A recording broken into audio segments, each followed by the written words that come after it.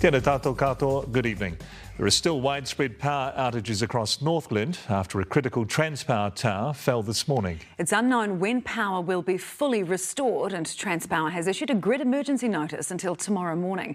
Grace Thomas has the latest. This is the pylon that came crashing down in the usually quiet rural community of Glorit in North Auckland. My wife said, "Oh, the toaster's not working anymore." And I thought the trip had gone, because he said, I heard a bit of a bang. I'm a graphic artist. I was working on a painting and I had the stereo up loud, which I always have, and I heard a hell of a thump and the power went off.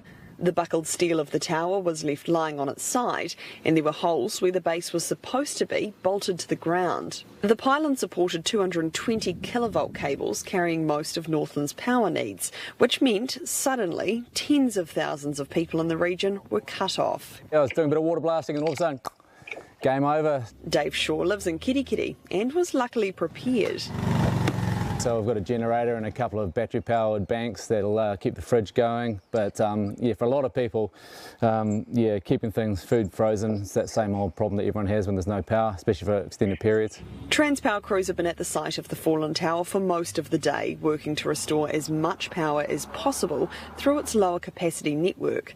But until one of the larger circuits is returned to service, there'll be insufficient electricity available to fully power the Northland region. We've got an engineering team working with our providers on site on solutions.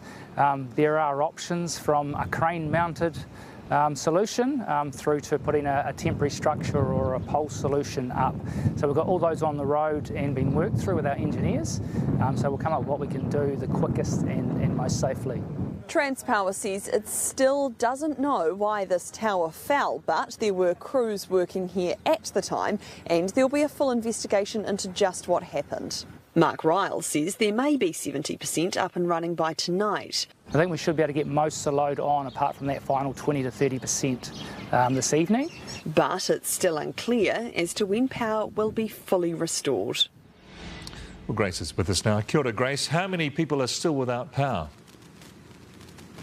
Kia ora, Mike. Well, there's around 30,000 people still without power, but that is considerably less than the 100,000 people who were cut off earlier today. But North Power and Top Energy have warned customers that their hot water may be cut off tonight, so that as many people as possible can share the reduced power available to the region. Now, it's hoped that power will be back on for most people within the next 2 hours, but residents are being asked to conserve as much as they can to avoid rolling outages being put in place tomorrow.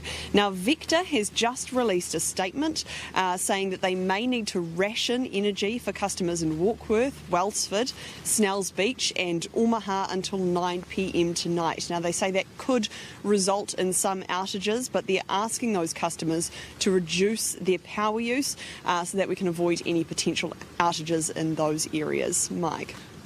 Grace Thomas live from Northland. Tēnā koe.